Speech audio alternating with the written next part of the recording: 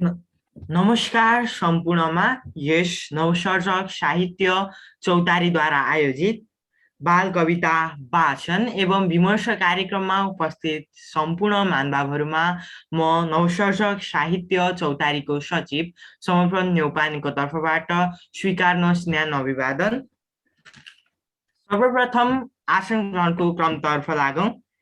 यस कार्यक्रमको स्वाध्यक्षता गरिदिनु हुन म नवसर्जक साहित्य चौतारीकी अध्यक्ष प्रसन्ना चलागाई दिदीलाई हार्दिक अनुरोध गर्दछु। हार्दिक धन्यवाद भाइ। उपस्थित सम्पूर्णमा मेरो हार्दिक नमस्कार। त्यसैगरी प्रमुख अतिथिको आसन ग्रहण गरिदिनु हुन म बाल साहित्य अन्वेषक एवं साहित्यकार प्रमोद प्रधानज्यूलाई हार्दिक अनुरोध गर्दछु।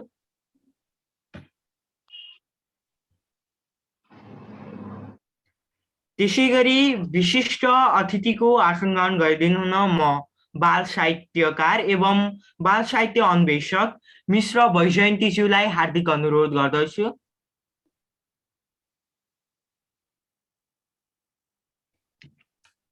त्यसैगरी विशिष्ट अतिथिको आसन ग्रहण गरिदिनु हुन म बाल साहित्यकार एवं अन्वेषक गंगा कर्माचार्यज्यूलाई हार्दिक अनुरोध गर्दछु। त्यसैगरी विशिष्ट अतिथिकै आसन ग्रहण गरिदिनु हुन म बाल साहित्यकार रमेश चन्द्र घिमिरेज्यूलाई हार्दिक अनुरोध गर्दछु। धन्यवाद। आजका विशिष्ट अतिथिज्यूहरू आफै नै रचना वाचक पनि हुनुहुन्छ। फेरि आसन ग्रहणकै क्रमतर्फ लागौं। अतिथिको आसन ग्रहण गरिदिनु हुन म नवसर्जक साहित्य चौतारीका संरक्षक एवं परिकल्पनाकार दीपक गौतम गुरुलाई हार्दिक अनुरोध गर्दछु। धन्यवाद। नमस्कार सम्पूर्णमा। त्यसैगरी नवसर्जक साहित्य चौतारीका सल्लाहकार रमेश मोहन अधिकारी गुरुलाई म अतिथि आसन ग्रहणका लागि हार्दिक अनुरोध गर्दछु। धन्यवाद। नमस्कार। त्यसैगरी अतिथिकै आसन ग्रहण गरिदिनु हुन म नवसर्जक साहित्य चौतारीका सल्लाहकार ओम कुमारी राणाभाटज्यूलाई हार्दिक अनुरोध गर्दछु। धन्यवाद बाबु। हार्दिक नमस्कार। त्यसैगरी कार्यक्रममा उपस्थित सम्पूर्ण महानुभावहरूमा म यथास्थानमा आसन ग्रहण गरिदिनु हुन हार्दिक अनुरोध गर्दछु। आसन ग्रहणको क्रम म आवश्यकता अनुसार जोड्ने नै छु। अबको क्रममा भने संस्थाको परिचयका साथ स्वागत मन्तव्य राखिदिनु हुन नवसर्जक साहित्य चौतारीका वरिष्ठ उपाध्यक्ष विभूति अधिकारी दाइलाई म हार्दिक अनुरोध गर्दछु।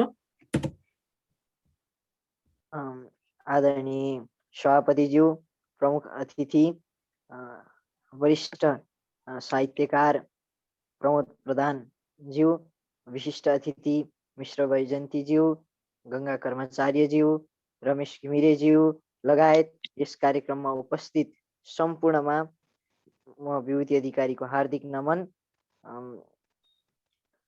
2077 जेठ 1 गतेबाट दीपक गौतम गुरुले नवसर्जक केन्द्रित अनलाइन साहित्यिक प्रशिक्षण अभियान सुरु गर्नुभयो।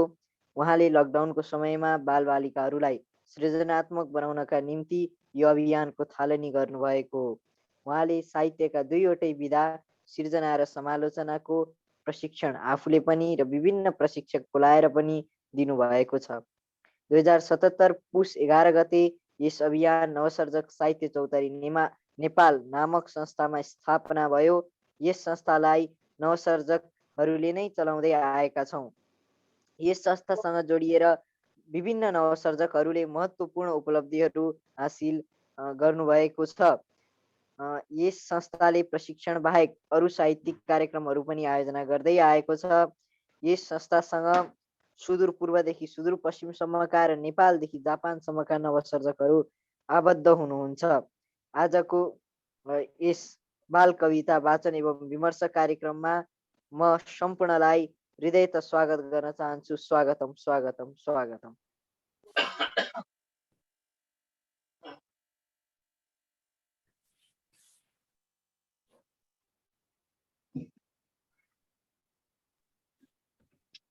धन्यवाद विभूति दाई। गुरु नमस्कार। मेरो तर्फबाट पनि उपस्थित सम्पूर्ण महानुभावहरूलाई कार्यक्रममा हार्दिक स्वागत छ। अबको क्रममा यस कार्यक्रमको उद्देश्यमाथि थप प्रकाश पारिदिनुहुन नवसर्जक साहित्य चौतारीका परिकल्पनाकार एवं संरक्षक आदरणीय दीपक गौतम गुरुलाई म हार्दिक अनुरोध गर्दछु। धन्यवाद। नवसर्जक साहित्य चौतारी नेपालका महासचिव, अघि उद्घोषण गर्ने क्रममा भाइले सचिव भनेका छन्, हाम्रा निवर्तमान सचिव अहिलेका महासचिव समर्पण नेउपाने भाइ, यस बाल कविता वाचन एवं विमर्श कार्यक्रमका आदरणीय प्रमुख अतिथि, वरिष्ठ साहित्यकार, बाल साहित्यका अन्वेषक, त्यसै गरी बाल साहित्यमा विशिष्ट योगदान गर्नुभएका व्यक्तित्व आदरणीय प्रमोद प्रधानज्यू, त्यसै गरी हाम्रो यो कार्यक्रमलाई विशेष गरी आज बाल बालिकाहरूलाई बाल कविता सुनाएर श्रवण गराएर बाल कविता लेखनमा विशेष गरी आज जोड दिने खालको माहौल छ, यो वातावरण हामीले सृजना गरेका छौँ। यस कार्यक्रममा जोडिनु भएका आदरणीय व्यक्तित्वहरू मिश्र बैजयन्ती दिदी हुनुहुन्छ, त्यसै गरी गङ्गा कर्मचारी दिदी हुनुहुन्छ, त्यसै गरी रमेश चन्द्र घिमिरे सर हुनुहुन्छ। यहाँहरू विशेष गरी आज बाल साहित्य बाल साहित्यमा पनि विशेष गरी चाहिँ बाल कविता लेखनका बारेमा यहाँले आज आफ्ना आफ्ना अनुभूतिहरू राख्नुहुनेछ। त्यसै गरी आफ्ना आफ्ना 3वटा बाल कविताहरू प्रस्तुत गर्नुहुनेछ, 3-3वटा।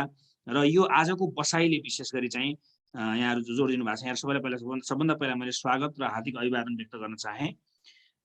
र सुरुवातमा मैले के भन्न चाहेँ भने हामीले अहिले जुन यो 77 साल जेठ 1 गतेबाट सुरुवात गरेको नवसर्जक केन्द्रित अनलाइन साहित्यिक प्रशिक्षण अभियानले अघि हाम्रो स्वागत मन्तव्य राख्ने बहुप्रतिभाशाली भाइ विभूति अधिकारी, जसले 14 वर्षको कलिलो उमेरमा शास्त्रीय छन्दमा यही कार्यशाला, यही हाम्रो चाहिँ चौतारीबाट छन्द प्रशिक्षण लिएर अद्भुत इन्द्रेणी नाम गरेको खण्डकाव्य प्रकाशन गरिसक्नु भएको छ, उहाँले प्रकाश गरिसक्नु भएको छ।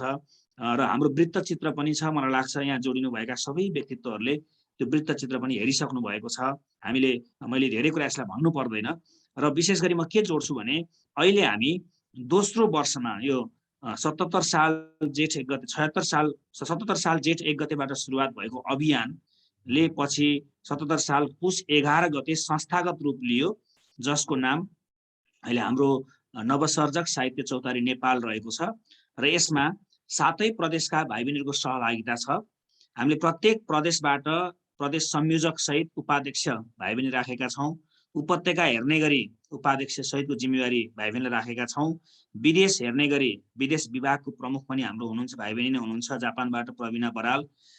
र अहिले हामी देशभरिबाट र विदेशबाट गरेर 51 सदस्यीय बाल यो हाम्रो चाहिँ नवसर्जक साहित्य चौतारी नेपाल गठन भएको छ। र यसपछि यो विशेष गरी 2 वर्षको दोस्रो वर्ष, अब खास गरी समयका हिसाबले 1 वर्ष मात्रै पुरा भएको छ र 1 वर्षको बिचमा हामीले 100 कार्यक्रमहरू, 100 भन्दा बढी कार्यक्रमहरू सम्पन्न गरेका छौँ, विशिष्ट कार्यक्रम सम्पन्न गरेका छौँ। अन्तर्राष्ट्रिय बाल कवि गोष्ठीदेखि लिएर प्रत्येक प्रदेशको प्रादेशिक बाल कवि गोष्ठीदेखि लिएर हामीले यो पठन संस्कृतिलाई जोड दिनको लागि पुस्तक चर्चादेखि लिएर पुस्तक समीक्षा लेखनदेखि लिएर अहिले रेडियो कार्यक्रम चाहिँ भाइ बहिनीको नवसृजना भन्ने कार्यक्रम भाइ बहिनीलाई उद्घोषण कला पनि चाहिँ प्रशिक्षण दिँदै, अनि अहिले भाइ बहिनीले 20वटा भन्दा बढी श्रृङ्खला चाहिँ हेटौँडामा हामीले यो रेडियो निकाससँग सहकार्य गर्दै भाइ बहिनीले नवसृजना कार्यक्रम प्रस्तुत गर्नुहुन्छ। यसरी हामी अगाडि बढिरहेका छौँ। र अहिले मैले के मात्रै भन्न खोजेँ भने यो दोस्रो वर्षको तेस्रो प्रशिक्षण अभियान हो, तेस्रो चरणको अभियान हो। अहिले हामी दोस्रो वर्षसम्म अथवा 1 वर्षसम्म, विगतको 1 वर्षसम्म हामी विशेष गरी प्रादेशिक रूपमा सन्तुलित सङ्ख्यामा थिएनौँ।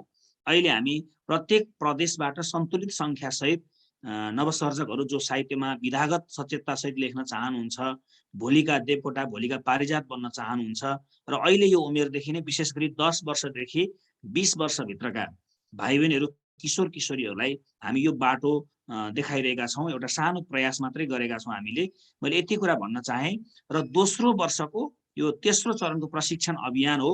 यसभन्दा अगाडि 77 साल जेठ 1 गतेदेखि निरन्तर हरेक दिन 5 महिनासम्म हरेक दिन हामीले प्रशिक्षण सम्पन्न गरेका छौँ। लकडाउनको अवधिमा सृजनात्मक सदुपयोग गरेका छौँ, भाइ बहिनीलाई निराशा को वातावरण नदिनको लागि त्यो अभियान चलाएका थियौँ। त्यसपछि पनि हामीले दोस्रो चरणमा 3 महिना निरन्तर हरेक दिन हामी प्रशिक्षण अभियान सञ्चालन गऱ्यौँ। पछि हामीले शुक्रबार शनिबार गऱ्यौँ। र अहिले तेस्रो चरणमा चाहिँ भाइ बहिनीहरूको अब बिस्तारै बिस्तारै अनलाइनमा भाइ बहिनी अभ्यस्त भएपछि, अनलाइनको पठन पाठनमा अभ्यस्त भइसकेपछि अहिले हामी यो तेस्रो चरणमा, दोस्रो वर्षको तेस्रो चरणमा हामीले शुक्रबार र शनिबारको समय साँझ 6 बजेदेखि 7:30 बजेसम्मको समय यस्तै गरी सिक्ने सिकाउने खालको थलो हामी बनाइरहेका छौँ। त्यसो त हरेक विधामा अहिले भाइ बहिनीहरू आफै पनि शास्त्रीय छन्द पनि सिकाउन सक्ने हुनुभएको छ। दोस्रो चरणमा विभूति अधिकारी भाइले शास्त्रीय छन्द, वार्णिक छन्दको प्रशिक्षण सञ्चालन गरेका थिए। हाम्रो कोषाध्यक्ष प्रतीक्षा गुरुङले मुक्तको प्रशिक्षण दिएकी थिइन्। हाम्रो अध्यक्ष प्रसन्ना चौलागाईले चाहिँ एउटा लोक छन्दको प्रशिक्षण दिएकी थिइन्। विभिन्न खालका प्रशिक्षणहरू भाइ बहिनी आफै दिइरहनु भएको छ। बाल कथाको प्रशिक्षण रौनक शाह भाइ आफैले सिकेर जानेर आफ्नो सियरिङहरू नवसर्जकलाई दिनुभएको थियो। भनेपछि यो खालको वातावरण हामी सृजना गरिरहेका छौँ। र अहिले आज हामी योभन्दा अगाडि हामीले अस्ति माघ महिनाको योभन्दा 2 हप्ता अगाडि विशेष गरी लोक छन्द जुन सजिलो हुन्छ, सजिलोसँग लेख्न सकिन्छ, शब्द खेलाउन सकिन्छ, लय सृजना गर्न सकिन्छ, ती लोक छन्दमा बालोरी, त्यसै गरी हाम्रा चाहिँ हाम्रो चाहिँ सेलो छन्द, सबाई छन्द, झ्याउरे छन्दहरूमा चाहिँ कविता लेखनको अभ्यासको सेसन हामीले सम्पन्न गरेका थियौँ। शुक्रबार र शनिबार सम्पन्न गऱ्यौँ र 2 हप्ता दुईटा अर्को गत शुक्रबार र शनिबार भाइ बहिनीको रचना त्यहाँबाट सिकेर वाचन अभ्यास सम्पन्न गरेका छौँ। र आजको हप्ता, आज र भोलिको समय चाहिँ हामीले यो बाल कविता लेखन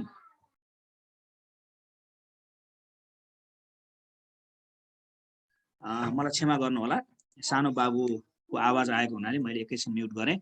र आजको सेसन चाहिँ विशेष गरी हामीले यो लोक छन्द पछि बाल कविता लेखन कसरी गर्ने होला, विशेष गरी बाल बालिकाकै बाल सुलभ ढङ्गले त्यो लोक छन्द त हामीले सिक्यौँ। लोक छन्दमा विशिष्ट अब मुनामदन जस्तो खण्डकाव्य सृजना हुन सक्छ हैन, त्यो पनि भाइ बहिनीले जानिसक्नु भएको छ, सिकिसक्नु भएको छ। अब यहाँ शास्त्रीय छन्दमा कलम के अरे हरेक वर्ष कविता सङ्ग्रह निकाल्ने जोशिका कणेल निशा हुनुहुन्छ कपिल वस्तुबाट, विभूति भाइले खण्डकाव्य लेखिसक्नुभयो 14 वर्षको उमेरमा भने त्यस्तो विशिष्ट प्रतिभा त हुनुहुन्छ नै। यद्यपि हामीले चाहिँ यो लोक छन्दको सिकाइपछि अहिले हामी कविता विधाबाट प्रवेश गरिरहेका छौँ। साहित्यका सबै विधा सिक्ने सिकाउने क्रममा कविता विधाको चाहिँ सिकाइसकौँ भनेर अहिले हामीले विशेष गरी बाल कविता कस्तो हुन्छ, कसरी लेख्न सकिन्छ, बाल सुलभ शब्दहरूको प्रयोग कसरी गरेर लेख्ने होला भनेर एकदम यो कुराबाट अगाडि बढिरहेका छौँ। त्यसपछि हामी क्रमशः कविता विधाभित्रका हाइकु लेखन, मुक्तक लेखन, त्यसपछि गएर चाहिँ अन्य हाम्रो चाहिँ लामो कविता लेखन, गद्य कविता लेखन लगायतका कविता विधाका सबैजसो चलेका विधाहरूमा हामी अगाडि बढ्छौँ। अहिले नेपालीमा बाछिटा लेखनको कुरा आएको छ, ती कुराहरू पनि हामी विधागत जानकारीहरू गराउँदै जान्छौँ। त्यसपछि हामी आख्यानमा प्रवेश गर्छौँ। आख्यानमा हामी बालकथाभित्र विभिन्न आयामहरू छन्। आदरणीय कर्णबहादुर सर हुनुहुन्छ, बडो खुसी लागेको छ, बालकथामा कलम चलाउनु हुँदो रहेछ, परिचय भएको छ। हामी फेरि बालकथामा जान्छौँ। बालकथा पनि सचित्र बालकथा लेखनका कुरा, विभिन्न आयामका बालकथाहरू कसरी लेख्न सकिन्छ भनेर विशिष्ट व्यक्तित्वलाई जोड्छौँ। त्यसपछि बाल उपन्यासका कुरा गर्छौँ, कथा, अनि त्यसपछि हाम्रा सूत्रकथा, लघुकथा, कथा अनि उपन्यास कसरी लेख्ने भन्ने कुराहरू हामी छलफल गर्छौँ। त्यस्तो खालको सेसनहरू चलाउँछौँ। त्यसपछि गएर हामी नाटक विधामा जान्छौँ। एकाङ्की लेखन, पूर्णाङ्की लेखनका कुराहरू गर्छौँ, नाटकका कुराहरू। निबन्ध विधामा पनि विभिन्न आयामका हास्यव्यङ्ग निबन्धदेखि लिएर हाम्रो आत्मकथा कसरी लेख्ने, जस्तो योभन्दा अगाडि हाम्रो कृष्ण धरावासी सर आफै उपस्थित भएर भर्चुअल माध्यमबाट चाहिँ आत्मकथा लेखनबारे प्रशिक्षण दिनुभएको थियो। हाम्रो नियात्रा कसरी लेख्ने, संस्मरण कसरी लेख्ने भन्ने कुराहरू हामी यसरी यसरी अगाडि बढ्छौँ। यसरी कविता, आख्यान, नाटक, निबन्ध, साहित्यका सृजनाका 4वटै विधा र समीक्षा लेखनमा पनि कृति पढिसकेपछि कृतिको समीक्षा कसरी गर्ने भन्ने बारेमा पनि हामी त्यो खालको चाहिँ प्रशिक्षण सुरु गर्छौँ। र यो वास्तवमा लकडाउनले एउटा सुन्दर हामीलाई समय दिएको छ। यो भर्चुअल माध्यमबाट देश विदेशका भाइ बहिनीसँग जोडिने र यहाँ अग्रज साहित्यकारसँग जोडिने मौका दिएको छ। मैले यति भूमिका बाँधिरहँदा आजको उद्देश्य चाहिँ मैले अघि भनिसकेँ, हामी 3 जना विशिष्ट बाल साहित्यकार र अन्वेषकहरूको बाल कविताहरू सुन्नेछौँ, 3-3वटा।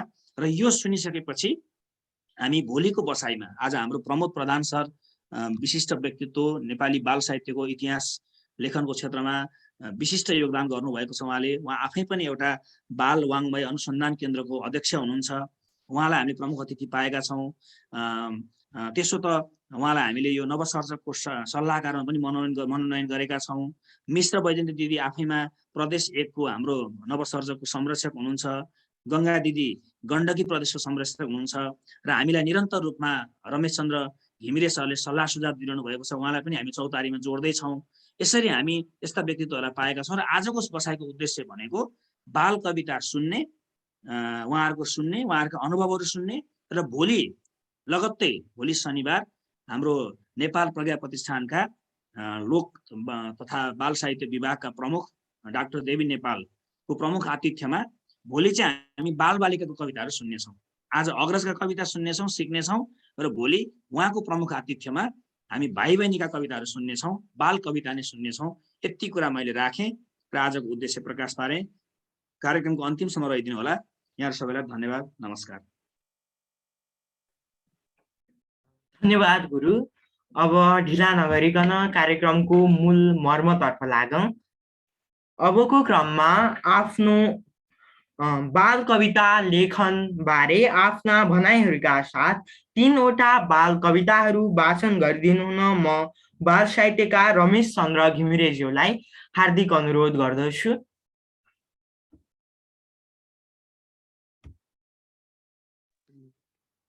धन्यवाद उद्घोषक भाइ संस्थाका महासचिव समर्पण नेउपानेज्यू।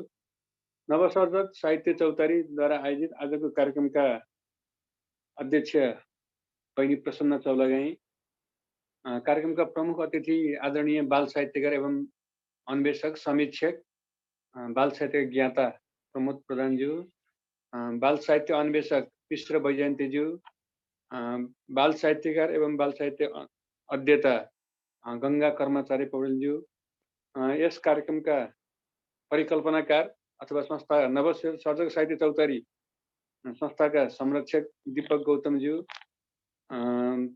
सल्लाहकार रमेश मोहन अधिकारीज्यू, हाम्रो कर्ण सर, उहाँसँग मेरो पहिला हामी एउटै वर्कसपमा पनि थियौँ, मैले आज सम्झेँ। ओम कुमार राणावाटज्यू, म यहाँहरू सबैलाई नमस्कार पठाउन चाहन्छु।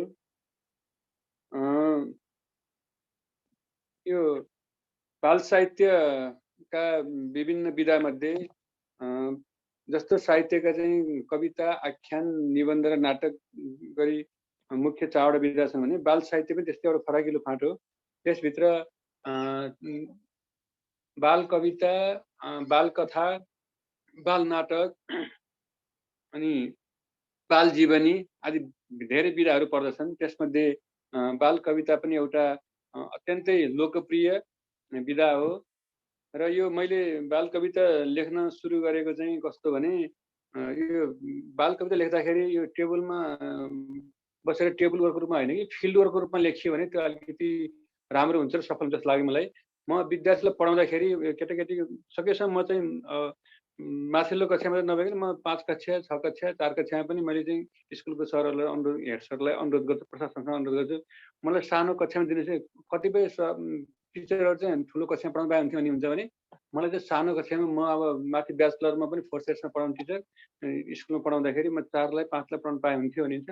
किनकि मैले बाल कविता लेख्दाखेरि केटाकेटी सङ्गतै बालबालिका सङ्गतै गरिनँ भने मैले टेबलमा कविता लेखेँ भने कथा उनीहरूको त्यो बाल मनोविज्ञान, बाल मनोभावनालाई समेट्न सकिँदैन कि भन्ने हिसाबले उनीहरूलाई पढाउँदा पढाउँदै कहिलेकाहीँ कविता सिर्जना हुन्थ्यो अनि तात्तातै प्रतिक्रिया प्राप्त हुन्थ्यो। विद्यार्थीहरू मैले कविता सुनाउँदाखेरि विद्यार्थीहरू चाहिँ ले हाई गरे भने, हल्ला गरे भने, सर म बाहिर जान्छु है, पानी खान बाहिर जान्छु, म चाहिँ बाहिर टोइलेट जान्छु भने मलाई के लाग्छ नि, यो मेरो कविता राम्रो रहेछ। उनीहरूले चाहिँ मेरो कविता राम्रो कस्तो छ सोद्धा राम्रो छ भनिदिइहाल्छन्। अनि के छन्, ल बाबु नानी ल हल्ला नगरिकन सुन है भन्ने प्रेसर पनि गर्नुहुन्न। हामीले कविता भन्दै विद्यार्थी आफै चुप लाग्यो भने ए मेरो कविता राम्रै रहेछ, मैले कविता ठिकै लेखेको छु भन्ने हुन्छ। र त्यो तात्तातो प्रतिक्रिया पाउनको लागि चाहिँ मैले बालबालिकाकै सङ्गत गरेर चाहिँ कविता रचना गरेको हुँ। र मैले यो बाल कविता हुनको लागि बाल कविता त्यसै चाहिँ अब के अरे बिहान चाँडै उठ्नुपर्छ, हात धुनुपर्छ, मुख धुनुपर्छ मात्रै भनेर चाहिँ नैतिक सन्देश दिनको लागि मात्रै, त्यो पनि ठाडो, खस्रो, खरो र प्रत्यक्ष दिने शैली होइन कि सन्देश दिनै पर्यो भने पनि अप्रत्यक्ष सन्देश दिने खालकोले लेख्नुपर्छ भन्ने एउटा मान्यता जुन छ, त्यसमा मेरो पनि सहमति छ। र बाल कविता लेख्दाखेरि कतिपय कुरामा ध्यान दिनु पनि पर्ने हुन्छ। मैले त्यसलाई अलिकति बुँदाहरू बनाएको छु। अब कति भ्याउँछु म। पहिलो कुरा त बाल कविता लेख्दाखेरि त्यसको चाहिँ आकारमा ध्यान दिनुपर्छ। बाल कविता लामो हुनु हुँदैन, सकेसम्म संक्षिप्त हुनुपर्छ बाल कविता, संक्षिप्तता। अनि त्यस्तै गरेर बाल कवितामा हुनुपर्ने अर्को गुण के छ भन्दा मनोरञ्जनात्मकता। जस्तो विद्यार्थी बालबालिकाले कविता पढ्दाखेरि चाहिँ त्यसमा मनोरञ्जन हुनुपर्छ। चाँडै उठ्नुपर्छ, के अरे यस्तो नचाहिँदो काम गर्न हुँदा यस्तोहरूमा अलिकति के अरे यो जुन नैतिक सन्देश दिने खालको छ नि त्यो कविता चाहिँ घरमा पनि बा आमाले अभिभावकले पनि ल है बाबु ल अल्छी गर्नु न पढ्नुपर्छ भनिदिने, सरले पनि त्यही भन्ने। अहिले कहिलेकाहीँ पत्रिका पल्टाए मुना कोपिला सुनकेशा यस्तो पत्रिकाहरू हुन्छन्, जुन गिरी जस्तो पत्रिकाहरू त्यहाँ पढ्दाखेरि पनि त्यही कुरा पायो भने उनीहरूलाई चाहिँ त्यसले छुँदैन। त्यसैले चाहिँ त्यो मनोरञ्जनको अंश पनि कवितामा चाहिन्छ। त्यो रोचकता र मनोरञ्जनात्मकता कविता हुनुपर्छ। त्यो कुरालाई पनि ख्याल गर्नुपर्ने हुन्छ। त्यस्तै गरेर कवितामा ख्याल गर्नुपर्ने कुरा अर्को हो लयात्मकता।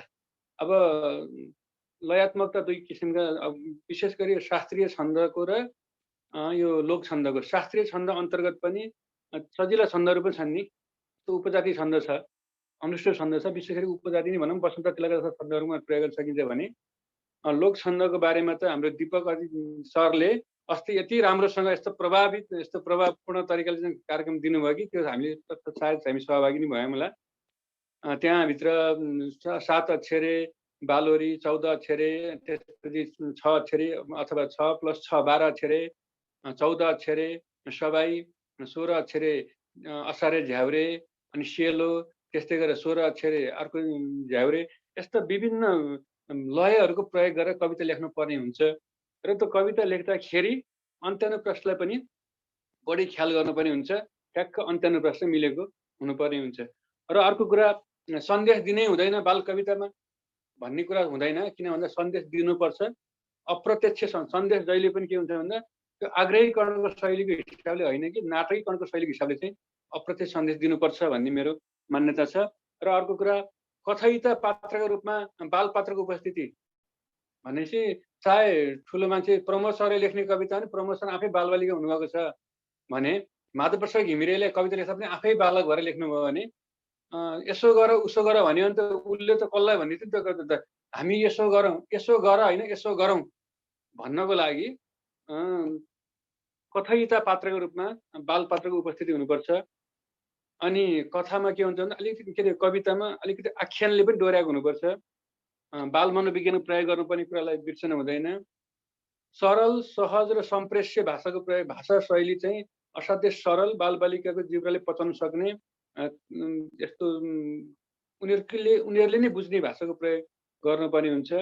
र विषयवस्तु छनौटमा बाल रुचि अनुकूलता, जुन प्रकृति फुल यस्तै सानसानो बाछा बाछी फुलहरू यस्तै कि अब यो बालबालिकालाई मनपर्ने खालको विषयवस्तुको चाहिँ छनौट गर्नुपर्छ। त्यो मैले त्यसको बारेमा एउटा आर्टिकल तयार पारेको छु। त्यो अब पछि कुनै दिनमा चाहिँ कस्तो विषयवस्तुको प्रयोग गरेर बालकविता लेख्न सकिन्छ, सबैभन्दा पहिले चाहिँ विषयवस्तु छनौट गर्नुपर्ने हुन्छ। विषयवस्तु छनौटमा ध्यान दिनुपर्ने कुराहरू के भनेर कुन विषयवस्तु प्रयोग गरेर कस्तो कविता लेख्न सकिन्छ भन्ने बारेमा मैले यो साहित्य पोस्टमा रेगुलर लेखिराख्ने गर्थेँ। त्यस पनि मैले थापिएको थियो। म कुनै समयमा अनुकूल मिल्यो भने त्यो बारेमा पनि म चाहिँ हजुरहरूसँग म चाहिँ त्यो छलफल गर्नेछु।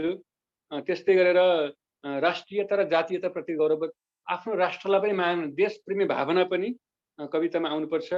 र प्रकाशित पुस्तक हुन् भने त्यसमा आकर्षक र रङ्गीन चित्र सज्जा हुनु जरुरी छ। अनि हामीले पुरानो सभ्यतालाई सम्झनुपर्छ, पुरानो चिजको खोजी पनि गर्नुपर्छ र नयाँ कुराहरूको पनि हामीले चाहिँ त्यो विषयवस्तुको रूपमा राख्नुपर्ने हुन्छ र समय अनुकूल विषयवस्तुको प्रयोग गर्न सकिन्छ। र त्यस्तै गरेर भाषा शैलीगत शुद्धता र मानक व्याकरणको प्रयोग, यसमा चाहिँ आञ्चलिक भाषा अथवा चाहिँ कथ्य भाषा अथवा भाषिकाको प्रयोग सकेसम्म नगरिकन जुन भाषा पूर्व मेची र पश्चिम माघ, पूर्व मेचीदेखि पश्चिम माघसम्म बुझ्छन् त्यस्तै खालको साझा र मानक व्याकरणको प्रयोग गर्नुपर्छ। त्यस्तो खालको भाषाको प्रयोग गर्नुपर्छ भन्ने एउटा मेरो छोटो एउटा कविता कस्तो हुनुपर्छ भन्ने बारेमा चाहिँ मैले त्यो भने र मैले आफूले पनि त्यही अनुभव गरिरहेको छु। मैले अब अरू अन्य स्रष्टा हुनुहुन्छ, मिश्र वैजयन्ती हुनुहुन्छ, गङ्गा आचार्य, गङ्गा दिदी कर्मचार्य दिदी हुनुहुन्छ, प्रमोद सर प्रमुख अतिथि हुँदै हुनुहुन्छ। म धेरै समय नलिकन म आफ्नो चाहिँ कविता वाचन गर्ने अनुमति चाहन्छु।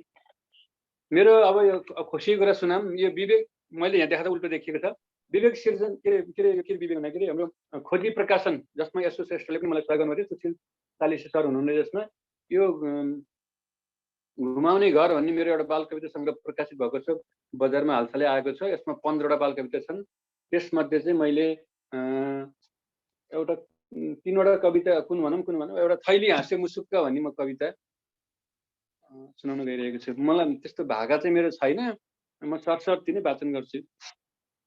थैली हाँसे मुसुक्क। थैली भनेको पैसा राख्ने थैली। टोलीबाट झिकेर पैसा राख्न खुसुक्क, जुगा तानिन् आमाले थैली हाँसे मुसुक्क। धान बेची बजैले 2-4 पैसा कमाइन्, फुर्के डोरी तानेर पैसा राखिन् रमाइन्। पैसा राख्ने बेलामा भाइ बस्यो टुसुक्क, जुगा तान्यो भाइले थैली हाँसे मुसुक्क। काँक्रो बेच्न लाने हो आँखी बुट्टे टोकामा, कमाएर आइन् साँझमा लुसुक्क, जुगा तानिन् दिदीले थैली हाँसे मुसुक्क। अब आउने तिहारको देउसी अनि भैलीमा पैसा कमाइ ल्याएर राख्छो सुर्के थैलीमा, रुन्चे मुख लाएर रिसाउँदै ठुसुक्क, जुगा तानी बहिनीले थैली हाँसे मुसुक्क। घिउ दुध बेचेर पैसा जुटाइ यसैमा, नयाँ लुगा किन्ने रे अब आउने दसैँमा, पैसा राख्ने बिर्सेछन् झन्नै बाले भुसुक्क, जुगा ताने बाबाले थैली हाँसे मुसुक्क। मेरो यो पहिलो कविता यो भयो। दोस्रो चाहिँ घुमाउने घर शीर्षकमै छ र मैले आफ्ना पुराना चिजहरू जुन हराउँदै गएका छन्, जुन चाहिँ अब सहरका बालबालिकालाई थाहा हुँदैन भने त्यो गाउँतिरका नयाँ थाहा हुन्न भने उनीहरूलाई पनि त्यस्तो कुरा दिनुपर्छ है, पुरानो दिनुपर्छ भन्ने हिसाबले चाहिँ जस्तो त्यही शीर्षक घुमाउने घर भयो। कविता पनि म घुमाउने घर भन्दैछु। घुमाउने घर। कता गए झिँगटी, कता गए खर, कता गए पुराना घुमाउने घर। ढुङ्गा फोर्ने कर्मी दाई थिए असल, माटो मुछी त्यसैमा भर्थे मसला। त्यतिखेर कहाँ पाउनु सिमेन्ट र छड, माटोबाटै बनाउँथे घुमाउने घर। टुँडा टुँडी बिग्रियो कि गम्थे हेरेर, मिलाएर गाह्रो लाउँथे रिङ्गै घेरेर। ढोका लगाई सुतेपछि भाग्थ्यो आफै डर, चोरलाई पनि छिर्न गाह्रो घुमाउने घर। खर्च गरी बनाएको दलान छैन त्यहाँ, सिमन्टीले ओछ्याएको ढलान छैन त्यहाँ। आँखी बुट्टे झ्यालक साना साना चर, चिटिक्कको साँगुरो घुमाउने घर। यही घरलाई स्याहारे बाजे बजैले, हाँसी खुसी रमाए बसे मजैले।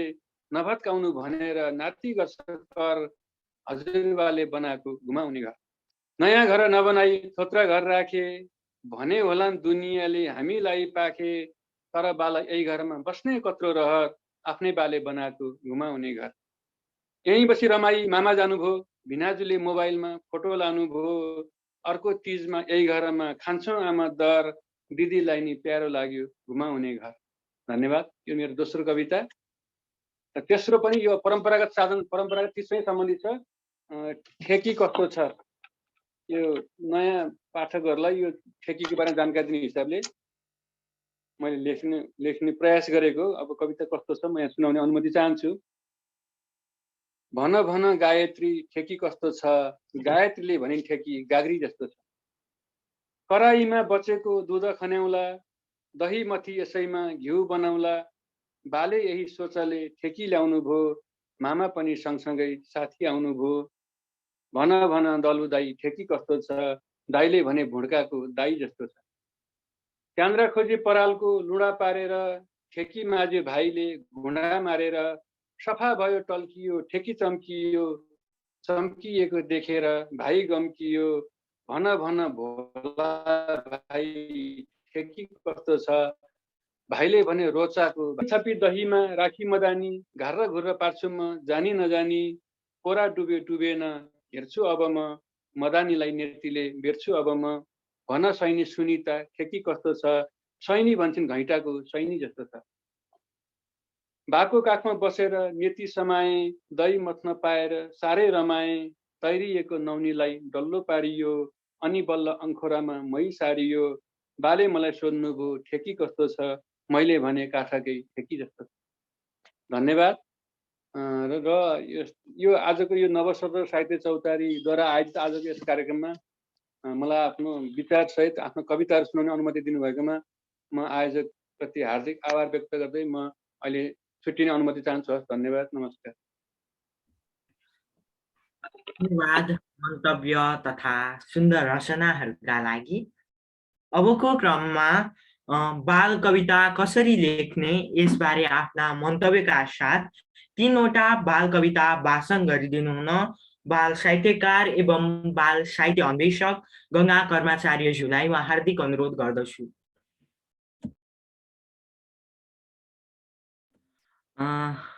हजुर म्युट हुनुहुन्छ।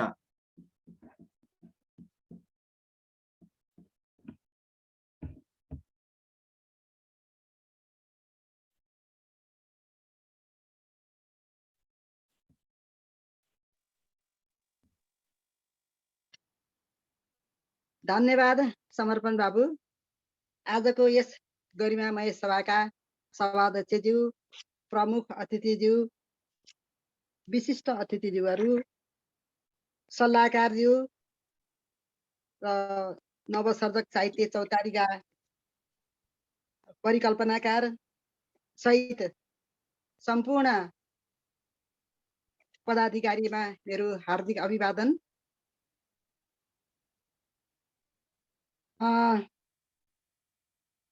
आजको यस कार्यक्रममा बाल साहित्य, बाल कविता कसरी लेख्ने भन्ने विषयमा भर्खरै रमेशचन्द्र अधिकारीज्यूबाट बाल कविता कसरी लेख्ने र यो कस्तो हुनुपर्छ भन्ने सैद्धान्तिक आधारहरू उहाँले बताइसक्नुभयो। कुरा त्यही नै हो, त्यसलाई दोहोऱ्याइरहन मैले चाहिन्न। र मेरो अनुभवमा बाल कविता कसरी लेखिन्छ भनेर म सोझै त्यतातिर प्रवेश गरेँ। बाल कविता लेख्नुभन्दा पहिला, यो बाल साहित्य नै लेख्नुभन्दा पहिला बाल बालिकाको उमेर हेरिन्छ। यो बाल कविता लेख्ने बेलामा पनि त्यही नै हो, बाल बालिकाको उमेर। जस्तो कि 4 वर्षदेखि 6 वर्षसम्मका लागि, 7 वर्षदेखि 10-11 वर्षसम्मका लागि, 10-11 वर्षदेखि 14-15 वर्षसम्मका लागि, यसरी फरक फरक उमेर अनुसारको भाषा र शब्द चयन गर्नुपर्ने हुन्छ। मैले लेखेको बाल कविता सुनाउन चाहे। सबभन्दा सानो बच्चालाई लेख्दाखेरि यसरी भाषा सरल र अनि शब्द चयन पनि त्यस्तै किसिमको हुनुपर्छ भन्ने हिसाबले मैले यसरी लेखेको छु। यो मेरो बालोरी छन्दमा छ। 4 वर्ष। कोखाई कोखाई यसको शीर्षक छ। कोखाई कोखाई सुपुक्क खाइदेऊ माम लुपुक्क, कोखाई कोखाई सुपुक्क खाइदेऊ माम लुपुक्क, थिरी थिरी गरिदेऊ चरी आयो हेरिदेऊ। आहा सानी नानी त ताते गर्न लागि छन्, ढल्पडाउँदै शरीर पाइला चाल्न थालिछन्। आहा सानी नानी त ताते गर्न लागि छन्, ढल्पलाउँदै शरीर पाइला चाल्न थालिछन्। थोते दाँत देखाई हाँसिन् नानी मुसुक्क, थोते दाँत देखाई हाँसिन् नानी मुसुक्क। यसरी यो सानो सानो मसिनो बच्चाहरूको लागि र त्यसभन्दा ठुलो उमेरको लागि चाहिँ 5 देखि 8 वर्ष 8-9 वर्षसम्मको बच्चाको लागि चाहिँ यो सबै छन्दमा मैले लेखेको छु। कोरोनाको बेलामा लकडाउन भयो, यो लकडाउनमा उनीहरूले चाहिँ कस्तो महसुस गरे भन्ने कुरालाई यहाँ उतार्न खोजेको छु। बाहिर फेर निस्कौँ भने कोरोनाको डर, बाहिर फेर निस्कौँ भने कोरोनाको डर, साँझ बिहान दिन रात कोठाकै छ भर। बाहिर फेर निस्कौँ भने कोरोनाको डर, साँझ बिहान दिन रात कोठा र, कहिले स्कुल जाउँ भनी लागिरहेछ रहर, जाउँ भनी लागिरहेछ पढ आमा जहिले गर्नुहुन्छ करकर, जाउँ भनी लागिरहेछ रहर पढ भनी आमा जहिले गर्नुहुन्छ कर।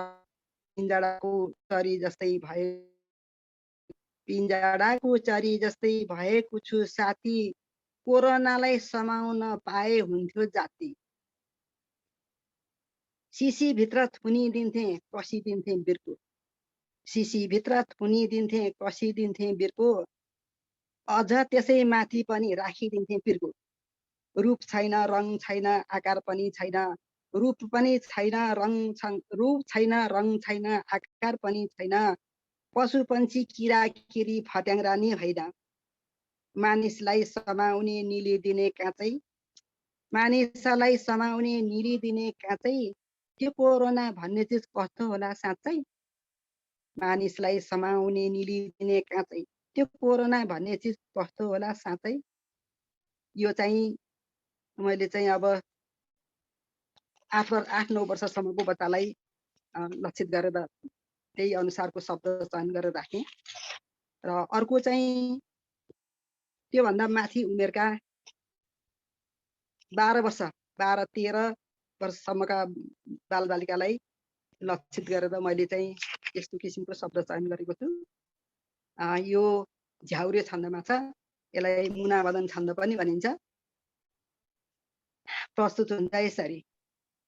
नेपाल हाम्रो संसारकै राम्रो छ उच्च हिमाल। बस्दछन् मिली बाहुना छेत्री तामाङ र धिमाल। अनेक थरी भाषा र भेष संस्कृति पर्व छ। जय बुझ भेरगुटी सीता राष्ट्रकै गौरव ग। मयूर कारिज डाँफेर मुनाल गर्दछन् फुरफुर। साइबेरियादेखि आउँछन् पन्छी नेपाल सम्झेर। दुधका धारा सरी झरना झर्दछन् छङ छङ छङ। स्वर्गका सुन्दर अप्सरा आई नाच्दछन् छम छम छम। असंख्य यहाँ प्राकृतिक स्रोत साधनले भरि छ। असंख्य यहाँ प्राकृतिक स्रोत साधनले भरि छ। लौ भन साथी कसले भन्छ नेपाल गरिब छ। लौ भन साथी कसले भन्छ नेपाल गरिब छ। यो चाहिँ अलिक माथिको मेरो टाइप भयो। अनि त्यसपछि के लेखेको थिएँ मैले सरी। यो चाहिँ 7 वर्ष 6-7 वर्षको उमेरको बच्चालाई अर्को मैले 3टा त वाचन गरिसकेँ। अर्को वाचन गर्ने समय छैन। कार्यक्रम सञ्चालक भाइ आज 3वटा रचना मात्र वाचन गर्ने हो म्याम। भाइ हस्। यो अवसरका लागि नवसर्जक साहित्य चौतारीप्रति धेरै आभारी छु। मेरो आफ्नो कुराहरू राख्न दिनुभयो। वाचन कविता वाचन गरेँ। हुन त हाम्रो भाइ बहिनीहरूले अझ राम्रो लेख्नुहुन्छ। अब सानो सानो उमेरमै भाइ बहिनीहरूले यति राम्रो यति स्तरको कविताहरू अथवा अरू रचनाहरू गर्नुपर्छ। मैले यो गण्डकी प्रदेशको इतिहास लेख्ने बेलामा उहाँहरूको किताब पढेर छक्कै परेको छु। जस्तो यो विभूति अधिकारी भाइको 14 वर्षमै खण्डकाव्य मैले ल्याएर यो उसमा ऐरावती प्रकाशनमा रहेछ त्यो किताब। मैले त्यहाँबाट ल्याएर पढेँ। म त 3 छक परेँ त्यो किताब लेख्दाखेरि। यस्तो कि अब ठुलो पाएको मान्छे र चाहिँ नाम चलेका मान्छेले लेखेको भन्दा पनि अझ राम्रो लेख्न सक्नु त्यस्तो ऊ रहेछ, प्रतिभा रहेछ त्यो भाइसँग। अनि अर्को एउटा चाहिँ यो 11 वर्षमै डाली डाली फुल भनेर चाहिँ एउटा आयुष्मा तिवारी पर्वतकी नानी हुनुहुन्छ, उनले किताब लेखेको। त्यो किताब पनि त्यत्तिकै राम्रो स्तरीय छ। र माधव खनाल भाइ लमजुङका छन्। माधव खनाल क्षितिज भन्ने त्यो भाइ पनि 14 वर्षमा अविचल कर्मयोद्धा भनेर बाल उपन्यास लेखिसक्नु भएको छ। त्यस्तो अहिलेको भाइ बहिनीहरूलाई हामीले सिकाउने भन्दा नि उहाँहरूबाट हामीले सिक्नुपर्ने अझै देखिन्छ। यो चाहिँ अहिलेको एकदम राम्रो लक्षण पनि हो। यस्तो प्रतिभावान भाइ बहिनीहरूलाई चाहिँ यो नवसर्जक साहित्य चौतारीले अगाडि ल्याइरहनु भएको छ। या मलाई लाग्छ यो ग्रुप पछि गएर धेरै राम्रो साहित्यकार बन्नेछन् भन्ने मैले आशा गरेको छु। मेरो शुभकामना छ भाइहरूलाई र भाइ बहिनी दुवैलाई यो नवसर्जक साहित्यप्रति म हार्दिक आभार छु। धन्यवाद। नमस्कार, धन्यवाद।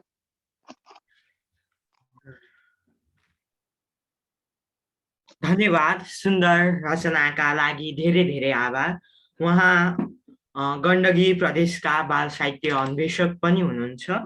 अबको क्रममा बाल कविता लेखनबारे आफ्ना धारणाहरूका साथ 3वटा बाल कविताहरू वाचन गरिदिनु हुन आजका विशिष्ट अतिथि बाल साहित्यकार एवं बाल साहित्य अन्वेषक मिश्र वैजयन्तीज्यूलाई म हार्दिक अनुरोध गर्दछु।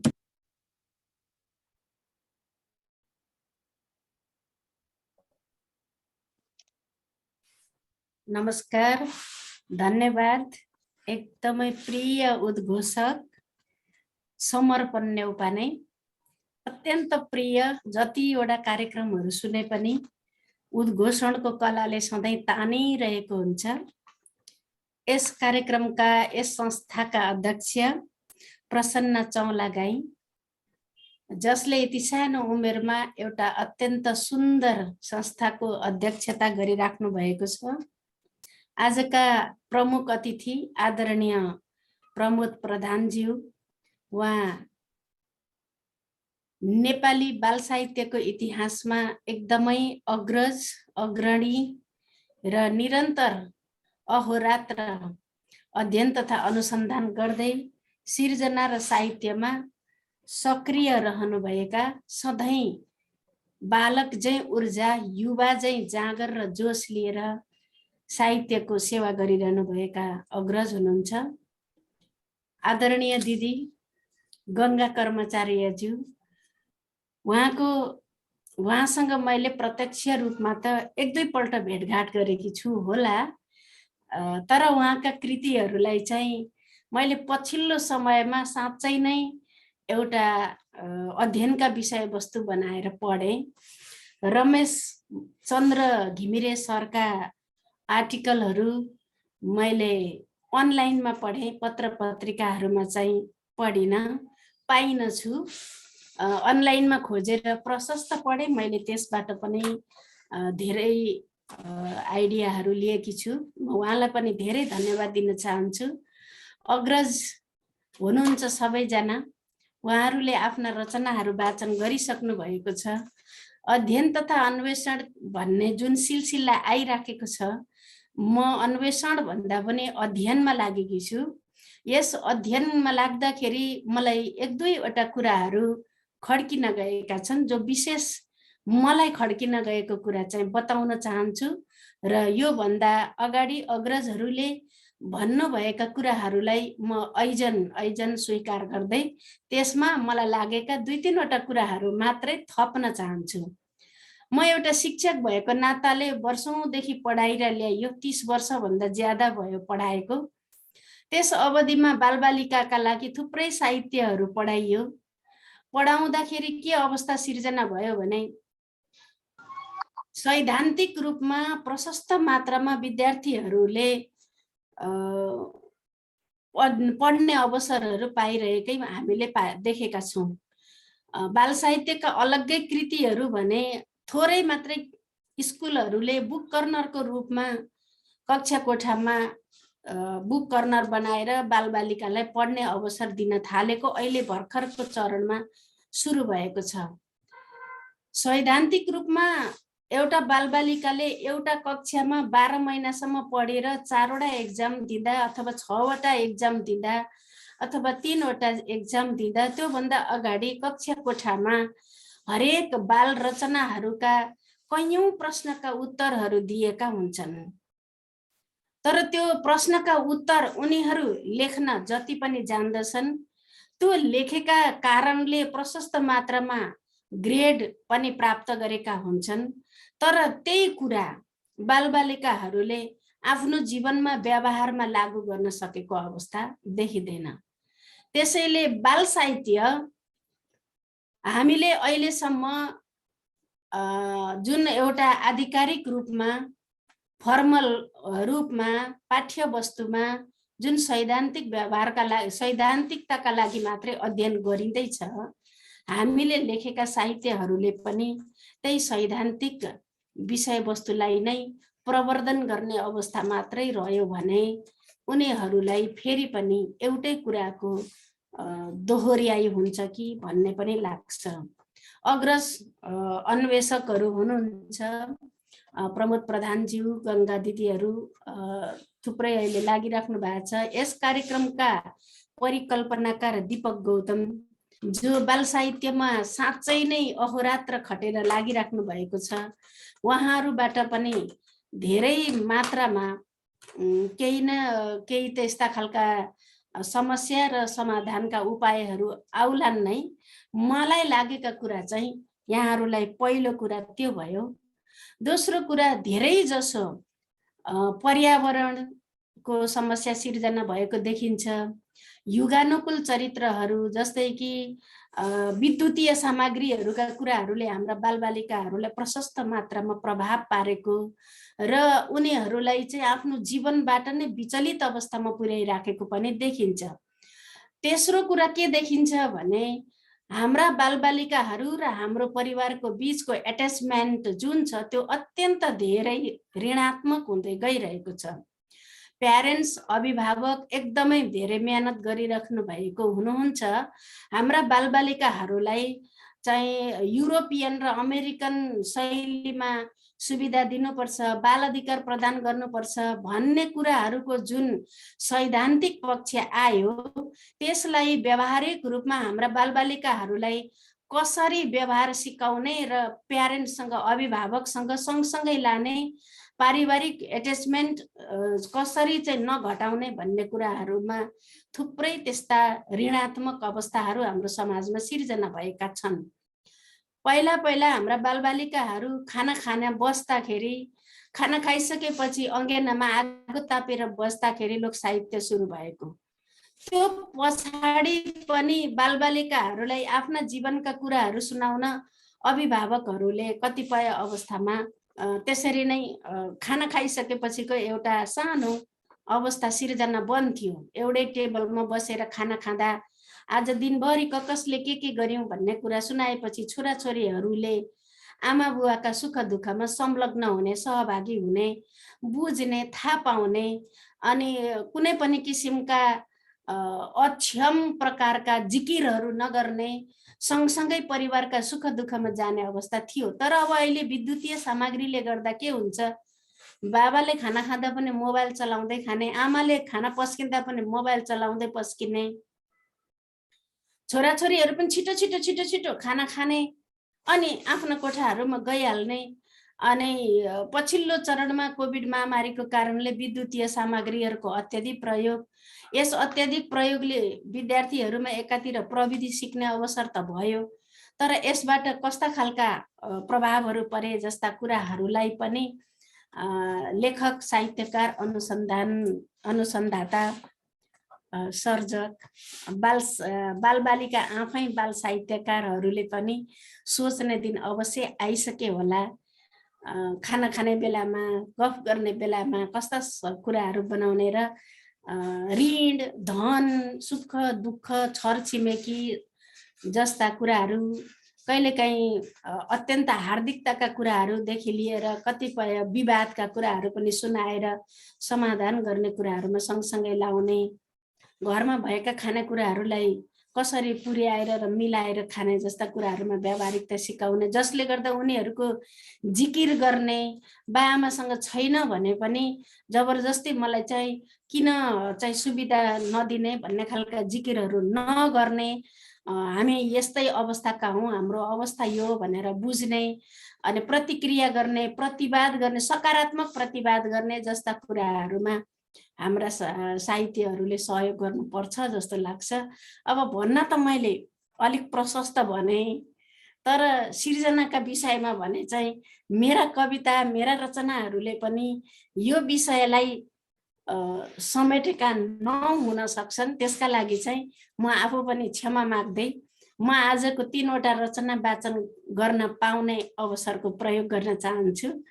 सबभन्दा पहिला 12 वर्षभन्दा माथिका बालबालिकाहरूले विद्यालयमा एउटा गीतको सङ्गीत गर्ने आफ्नो सङ्गीत शिक्षकसँग भनेर 2 वर्ष 3 वर्ष अगाडितिर मसँग माग गरेको एउटा गीत थियो।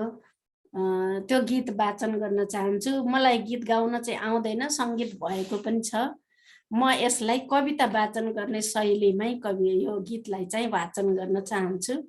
म बाल सर्जक तथा बाल साहित्य सर्जक दुवैप्रति र अन्वेषक अग्रज प्रति श्रद्धा राख्दै यो बाल गीत प्रस्तुत गर्छु। पहिलो,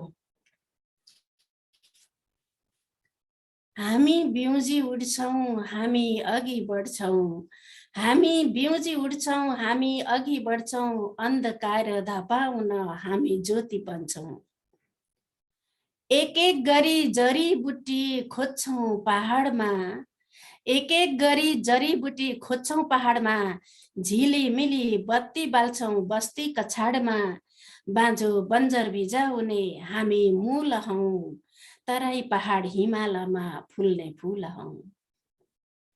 संस्कृतिलाई माया गर्ने तिर्खा हाम्रा हुन्, गौरव गर्न सिकाउने पुर्खा हाम्रा हुन्, ढुङ्गा माटो पानी हाम्रो आफ्नो धन हो, खनी खुस्री सजाउने हाम्रो मन हो। हामी बिउजी उठ्छौँ हामी अघि बढ्छौँ, अन्धकार धपाउन हामी ज्योति बन्छौँ। यो चाहिँ मैले एउटा बालबालिकालाई राष्ट्रप्रति राम्रो भाव सिर्जना होस् भन्ने अभिप्रायले त्यतिखेर लेखेकी थिए। बालबालिकाले गाएर यसमा मार्च पास्ट र परेडको पनि सिर्जना गरेको मैले देखेर आफूलाई पनि खुसी लागेको थियो। म अर्को एउटा कविता सुनाउन चाहन्छु। यो 14 अक्षरको लोक छन्दमा छ। किसानको परिवार भनेर यसमा चाहिँ म बालबालिकाकै पक्षबाट, म वयस्क साहित्यकार भएर भन्दा पनि बालबालिकाको पक्षबाट चाहिँ सोचेर लेखेको कविता हो किसानको परिवार। स्कुल जान्छु पाठ पढ्छु छलफल गरी, स्कुल जान्छु पाठ पढ्छु छलफल गरी, अर्कातिर सिक्ने स्कुल हाम्रा खेतबारी। स्कुल जान्छु पाठ पढ्छु छलफल गरी, अर्कातिर सिक्ने स्कुल हाम्रा खेतबारी। किसानकी छोरी म त आमा बाबा साथी, किसानकी छोरी म त आमा बाबा साथी, फुर्सदमा मल पानी पढ्छु राति राति। कुखुराको चारो दिने हजुरबाको काम, कुखुराको चारो दिने हजुरबाको काम, हजुरआमा केलाउने दाल चामल।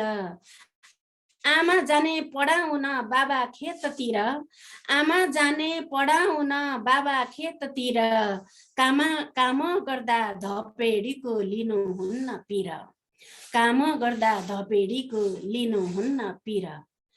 लाग्छ लाई लाग्छ किरा लाग्छ बाली नाली नाच्छ, लाई लाग्छ किरा लाग्छ बाली नाली नाच्छ, किरालाई बढ्न दिए बिउ पनि मास्छ, भोकमरी पर ठेल्न जोगाउन बिउ, भोकमरी पर ठेल्न जोगाउन बिउ, बिउले नै फुली फली जोगाउँछ जिउ, भोकमरी पर ठेल्न जोगाउनु बिउ, बिउले नै फुली फली जोगाउँछ जिउ।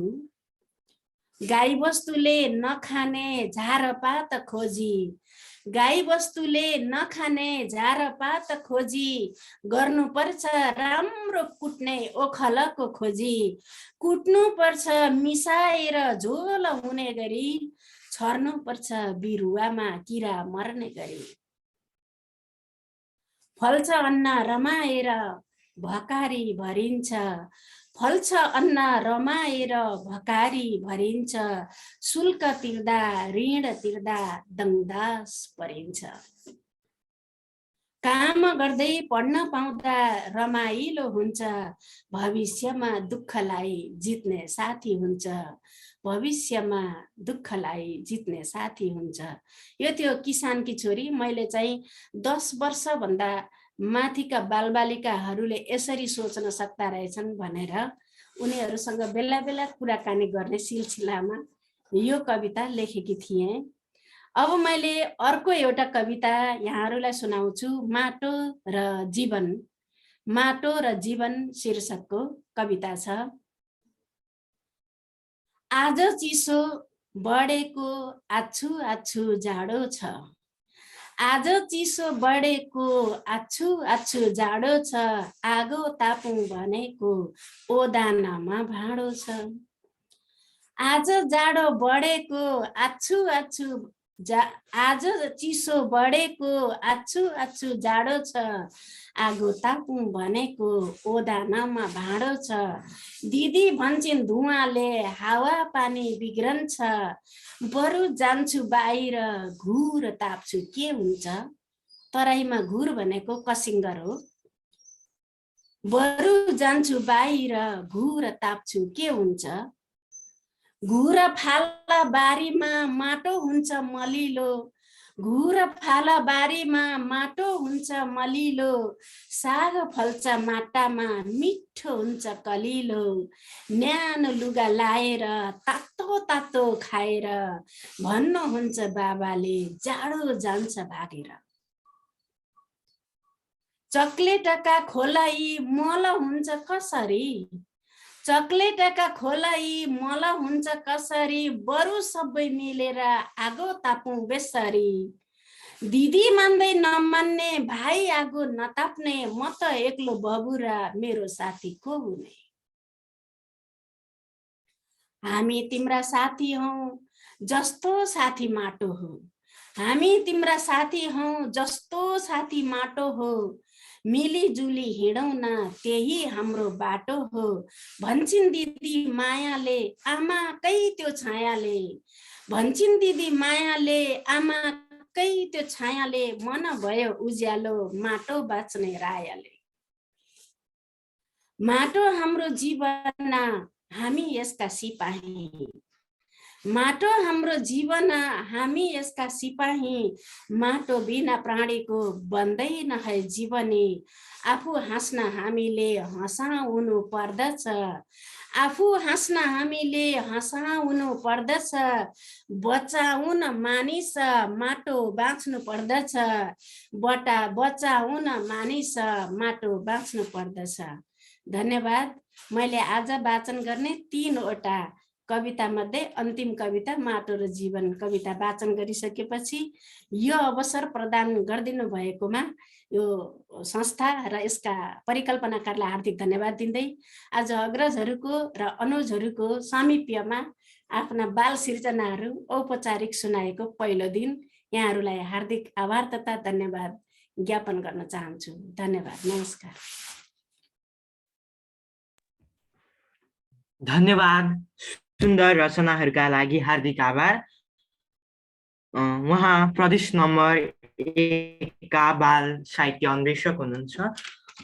अबको क्रममा सकेसम्म आफ्नो रचनाका साथ मन्तव्य राखिदिनु हुन आजका प्रमुख अतिथि साहित्यकार एवं बाल साहित्य अन्वेषक प्रमोद प्रधानज्यूलाई म हार्दिक अनुरोध गर्दछु।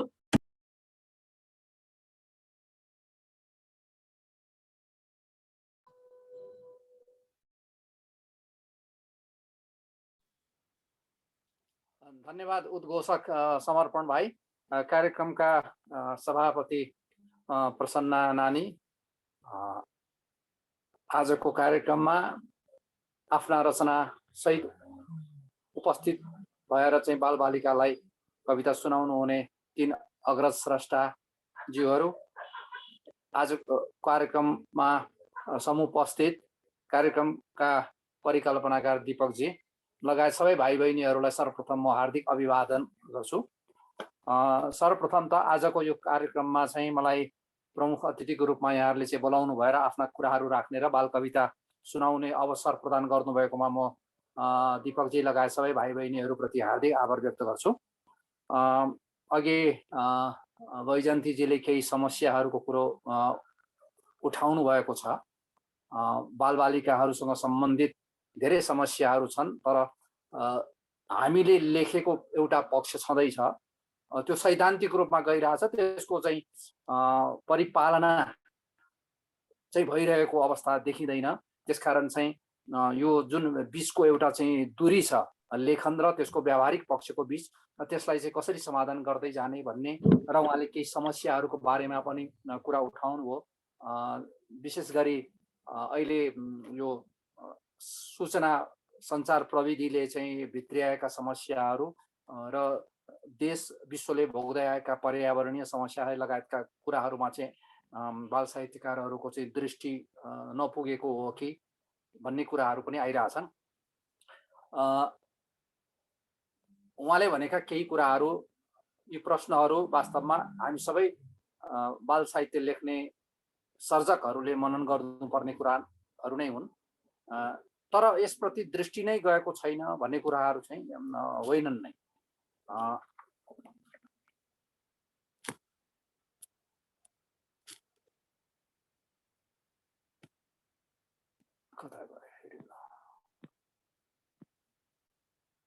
अर्को भिडियो अफ भयो क्या? हो त्यही त, के भयो त्यस्तो, म त्यही हेर्दैछु, म यहाँ के भयो।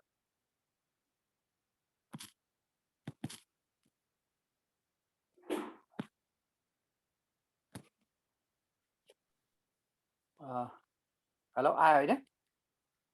र चाहिँ हामीले त्यसैले बाल साहित्यमा चाहिँ परम्परागत विषयहरू, लोककथा, पुराण र चाहिँ वेदका कथाहरूको चाहिँ पुनर्कथन मात्रै भयो, सामाजिक कथाहरू मात्रै आए। आजको बालबालिकाले भोगिरहेका समस्याहरूको बारेमा चाहिँ अध्ययन नगरिकन हामीले चाहिँ कथा लेखिरहेका हौँ कि भन्ने किसिमको चाहिँ लागेपछि प्राध्यापक डाक्टर चुडामणि बन्धु सर, प्राध्यापक रामकुमार पाँडे, स्वर्गीय विनय कसजु, म र विजयराज आचार्य, हामी 5 जना भएर विद्यालयका चाहिँ प्रिन्सिपलहरूसँग चाहिँ अन्तर्क्रिया गरेर बालबालिकाहरूले भोगिरहेका समस्याहरू के छन् र हामीले कस्तो कथा लेख्नुपर्छ भनेर एउटा अध्ययन गरेर चाहिँ तयार गऱ्यौँ। यो चाहिँ विद्यालयमा बाल साहित्य भन्ने एउटा प्रोग्राम हामीले लन्च गरेका थियौँ र त्यसको यो एउटा डकुमेन्टेसन हो। र त्यस बेला हामीले चाहिँ स्कुलका प्रिन्सिपलहरूसँग कुरा गर्दाखेरि देखिएका समस्याहरू चाहिँ के रहेछन् भने, एउटा न्यू मिडिया, अहिले जुन सूचना प्रविधि सञ्चार प्रविधिको कुरा गऱ्यौँ, न्यू मिडियाको प्रभावले बालबालिकालाई चाहिँ अत्यन्त गाँजेको छ। यसबाट समयमै हामीले चाहिँ बालबालिकालाई चाहिँ मुक्त गर्न सकेनौँ भने भोलि चाहिँ बालबालिकाहरूको भविष्यमा चाहिँ गम्भीर असर पर्ने स्थिति देखिएको छ। र यसले निम्ति आएको अर्को समस्या के छ भने सामाजिकीकरणमा समस्या आइरहेछ।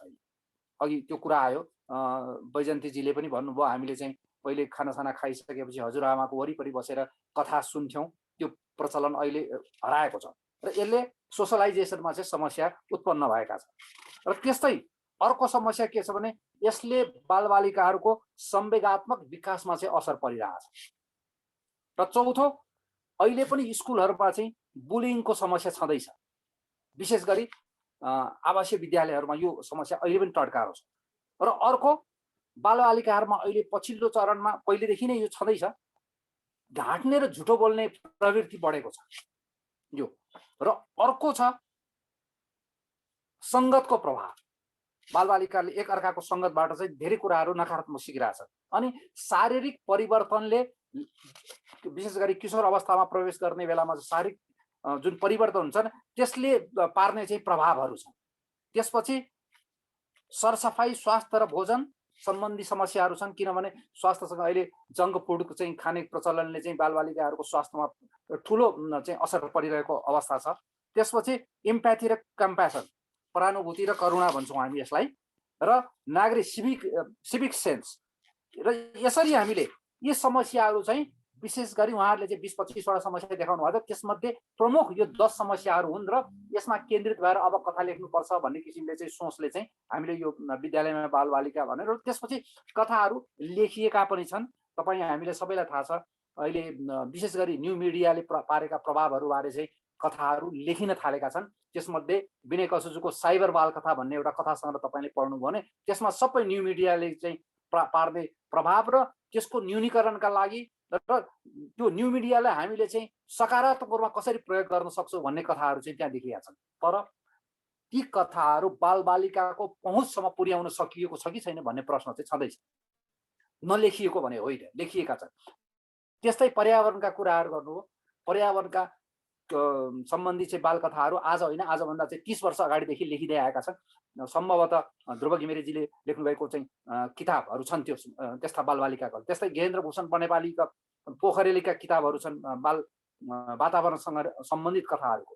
त्यस्तै हामीले बालवाङ्मय तथा अनुसन्धान केन्द्रबाट पर्यावरणसँग सम्बन्धित मात्रै 5 वटा बालकथा सङ्ग्रह हामीले छापेका छौँ। त्यसमध्ये एउटा खैरो बकुल्ला हो, जुन यस्तो छ, यो चाहिँ मैले लेखेको कथा सङ्ग्रह हो। त्यो सँगसँगै अरू हाम्रा 4 जना साथीले लेखेको कथाहरू पनि छापिएका छन्। त्यसकारण चाहिँ परम्परागत विषयहरू मात्र होइन, अहिले भोगिरहेका समस्याहरूसँग केन्द्रित बालकथाहरू चाहिँ लेखिन थालेका छन्, तर त्यसको सङ्ख्या तुलनात्मक रूपमा कम चाहिँ छ। त्यो चाहिँ हो। त्यसकारण अब हामीले भनेको त्यही औपदेशिक कुराहरू खालि चाहिँ केटाकेटीले आफ्नो काम आफै गर्नुपर्छ चाहिँ यस्तो चाहिँ भन्ने किसिमका चाहिँ सामान्य विषयवस्तुहरूबाट अलिकति हटेर अलिक फरक धारका कथाहरू जो आजका समयसँग सम्बन्धित छन् र मानिसका बालबालिका जीवनसँग सम्बन्धित छन् हो, त्यसको लागि प्रयासहरू भइरहेका छन्, गरिँदैछ। तर सबै बाल साहित्य सर्जकहरूले चाहिँ यसलाई चाहिँ मनन गरिसकेको स्थिति भने छैन। अब यसमा दुईटा पार्ट छ। एउटा त बाल साहित्यलाई चाहिँ अत्यन्त सजिलो विधा हो, त्यसकारण जे लेखे पनि हुन्छ, सजिलो भएपछि पुग्छ भन्ने धारणाले पनि काम गरिरहेछ अझै पनि कतिपय साहित्यकारलाई। तपाईँ हामीले अरू केही हेर्नु पर्दैन, खालि बाल साहित्य सम्बन्धी कतिपय मेसेन्जर ग्रुपहरूमा चाहिँ प्रेषित गरिएका कविताहरू मात्रै हेऱ्यो भने पनि धेरै अग्रस्रष्टाले लेखेको कवितामा पनि चाहिँ हामीले चाहिँ प्रश्न उठाउनु पर्ने ठाउँहरू चाहिँ देखिरहेको छु। म धेरै कमेन्ट गर्दिनँ, त्यसैले गर्दाखेरि चाहिँ अलिकति अनइजी फिल गर्छन् साथीहरू। त्यसकारण भन्दिनँ। अहिले रमेश चन्द्र घिमिरेजीले बाल कविता कस्तो हुनुपर्छ भनेर यति धेरै कुरो भनिसक्नु भएपछि वास्तवमा त्यो उहाँले लेखेका रचनाहरू मात्रै पढेर कविता लेखिदिए पनि बाल कविताहरू चाहिँ कमसेकम एउटा चाहिँ स्तरमा आउँथ्यो जस्तो लाग्छ। तर अझै पनि हामीमा त्यो चाहिँ सचेतता त्यो लिने परम्परा छैन। तथापि केही कामहरू भइरहेछन्, गर्दै जाने हो आफ्नो क्षेत्रबाट है। र त्यसकारण चाहिँ अब यो नवसर्जक साहित्यिक समूहमा जोडिएका भाइ बहिनीहरूले चाहिँ यी कुराहरू चाहिँ अहिले सानै उमेरदेखि जुन सिकिरहनु भएको छ, पाइरहनु भएको छ, यसले मलाई लाग्छ आगामी दिनमा चाहिँ यो क्षेत्रमा चाहिँ एउटा अनुकूल स्थितिको चाहिँ सिर्जना हुनेछ। र आज जुन समस्याहरू हामीले भोगिरहेका छौँ त्यो समस्याहरूलाई सम्बोधन गरिएका चाहिँ लेखन रचनाहरू चाहिँ आउनेछन् जस्तो लाग्छ। र यति भन्दै म मेरा पनि 3वटै कविता म सुनाउँ कि कतिवटा सुनाउँ? एउटा मात्रै सुनाउँ कि कतिवटा सुनाउँ? 3वटै सुनाउँ सर, 3वटै सुनाउँ। अब पहिलो कविता मैले भने मेरो यो प्रकाशितै हो, छुक छुक छुक छुक आयो रेल भन्ने छ एउटा। यो कविता म सुनाउँछु। यो रुम टु रिडबाट प्रकाशित भएको किताब हो, आजभन्दा धेरै अगाडि 2069 सालमा। यसमा चाहिँ एकाराम सिंहजीको चित्रहरू छन् यसरी। छुक छुक छुक छुक आयो रेल, छुक छुक छुक छुक आयो रेल, चढ्नै गाह्रो ठेलम ठेल। छुक छुक छुक छुक आयो रेल, चढ्नै गाह्रो ठेलम ठेल। रेल चलाउने पप्पी भौ, झन्डा हल्लाउने सुरी म्याउ। रेल चलाउने पप्पी भौ, झन्डा हल्लाउने सुरी म्याउ। चल्दै अड्दै अड्दै चल्दै रेल कुद्यो छुक छुक गर्दै। भैँसी काकीको जिउ नै ठुलो, बाख्री बहिनीको खुट्टै लुलो। भैँसी काकीको जिउ नै ठुलो, बाख्री बहिनीको खुट्टै लुलो। हटहट गर्दै आयो घोडा, घोडा गधाको मिल्छ जोडा। रेल चढ्न उड्यो भाले, चल्ला हल्ला गर्न थाले। बिचरी एक्ली सोझी हाँस, रेल चढ्दा बढ्यो सास। पुग्छ थुप्रै सहर गाउँ, बस्दैन है एकै ठाउँ। छुक छुक छुक छुक गयो रेल, चढ्नै गाह्रो ठेलम ठेल। अब एउटा अर्को कविता सुनाएँ मैले।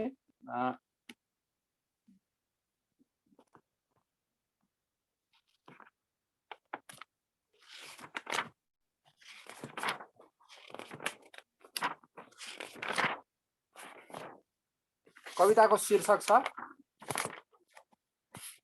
घाम राजा जुन रानी। आलो पालो गरी आउने दुबै जाना जानी,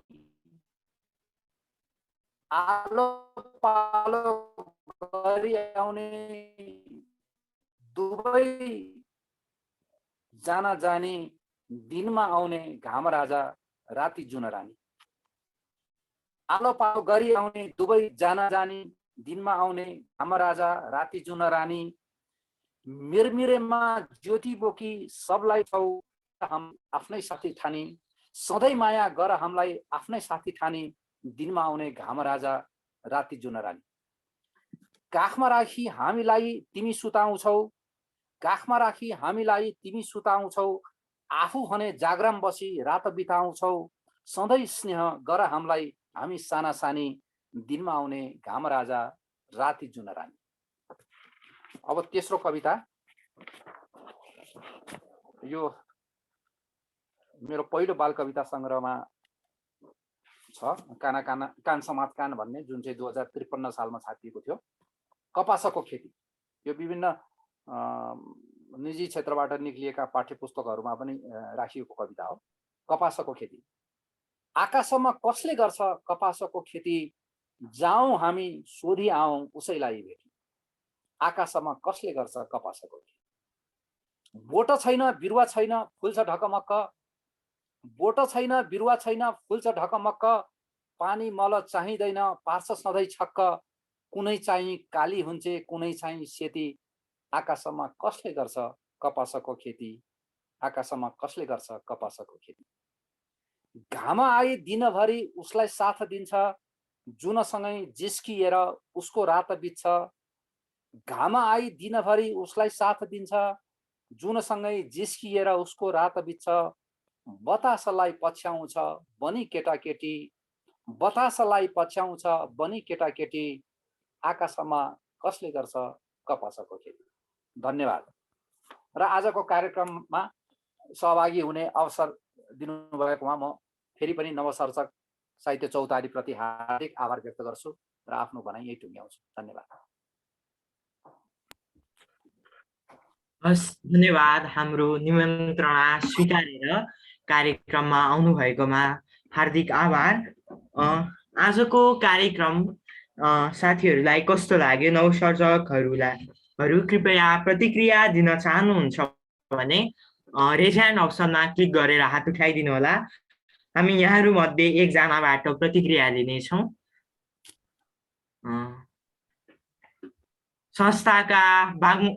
संस्थाका सुदूरपश्चिम प्रदेश संयोजक एवं केन्द्रीय उपाध्यक्ष प्रवीण चन्द दाईको हात उठेको छ। म उहाँलाई आफ्नो प्रतिक्रिया राखिदिनु हुन हार्दिक अनुरोध। धन्यवाद कार्यक्रम सञ्चालक भाइ। आजको यस विशेष कार्यक्रममा पाल्नुहुने प्रमोद प्रधानज्यू, गङ्गा कर्माचार्य म्याम, रमेश चन्द्र घिमिरे सर, बैजयन्ती मिश्र म्याम को कविताहरू र बाल कविताको संक्षिप्त लेखन शैली र बाल मैत्री एवं बाल अधिकारसँग सम्बन्धित रहेर आफ्ना रचनाहरू मार्फत आजको कार्यक्रमलाई झनै आकर्षक बनाइदिनु भयो, त्यसको लागि धन्यवाद व्यक्त गर्न चाहन्छु। र आज विशेष कारणवश अलि 5 मिनट ढिलो कार्यक्रममा आएको थिएँ र त्यही पनि अहिलेसम्मको कार्यक्रममा बसिरहँदा साँच्चीकै नै बाल अनुभूतिमा रहेर कविता लेख्नुपर्छ र हामी पनि अहिले कानुनी रूपमा पनि बालबालिका नै र अवधारणागत रूपमा पनि हामी बालबालिकाका लागि नै सिर्जित भएको संस्थामा आबद्ध भएका बालबालिकाहरूले पनि बालबालिकाको निम्ति लेख्नुपर्ने रहेछ र त्यो पाठ्यपुस्तक अथवा पाठ्यपुस्तकमा रहेका सिर्जनाहरूको प्रयोग गर्नुपर्छ भन्ने शिक्षा पायौँ र यसको निमित्त समय दिनुभएकोमा अतिथि एवं प्रमुख अतिथि सम्पूर्णलाई धन्यवाद व्यक्त गर्दै अघि सरले कुरा उठाउनु भएको थियो बाल अधिकारको, र त्यो बाल अधिकारको कुरा गर्दै गर्दा म पनि बाल अधिकार र बाल सहभागिताको अभियानमा विगत 5 वर्षदेखि नै आबद्ध भएर कार्यरत छु र यो आवाज उठाउँदै गर्दा यो आवाज अझै पनि बाल बालिका मैत्री अध्ययन पठन संस्कृतिको विकासका लागि यहाँहरूको साथ र सपोर्ट पाइने आशा समेत व्यक्त गरेको छु र यति भन्दै आफ्नो प्रतिक्रियालाई यही विसर्जन गर्न चाहन्छु। हस्, धन्यवाद। आज हामीले अग्रज बाल साहित्यकारहरूको रचना सुन्यौं। भोलि चाहिँ हामी डाक्टर देवी नेपालज्यूको उपस्थितिमा नवसर्जकहरूकै बाल साहित्य सुन्नेछौँ। साथीहरू, मिठा रचनाहरू साथ उपस्थिति जनाउनु होला। अब हामी कार्यक्रमको अन्त्यतर्फ आइपुगेका छौँ। कार्यक्रम सञ्चालन गर्ने क्रममा मबाट भएका त्रुटि कमजोरीहरूलाई स्वीकारौँ भन्दै क्षमा गरिदिनु होला।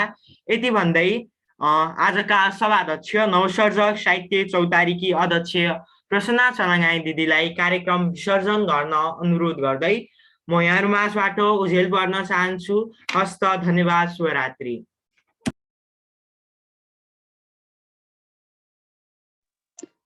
हार्दिक धन्यवाद कार्यक्रम सञ्चालक यस संस्थाका महासचिव समर्पण न्यौपाने भाइलाई।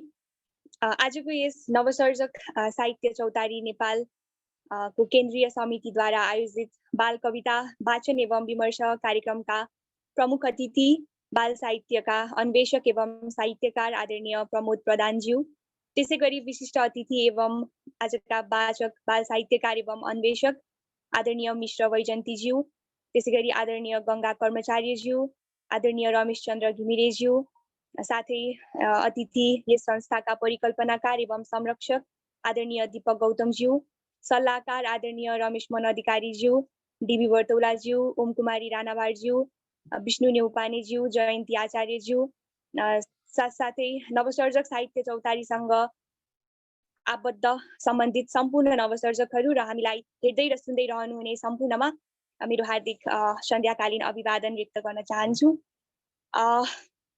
आज हामी विशेष गरी बाल कविता कस्तो हुनुपर्छ, कसरी लेखिन्छ, के हो भन्ने सन्दर्भमा जोडिएका थियौँ र आदरणीय सर म्यामहरूले धेरै कुराको जानकारी दिइसक्नु भएको छ।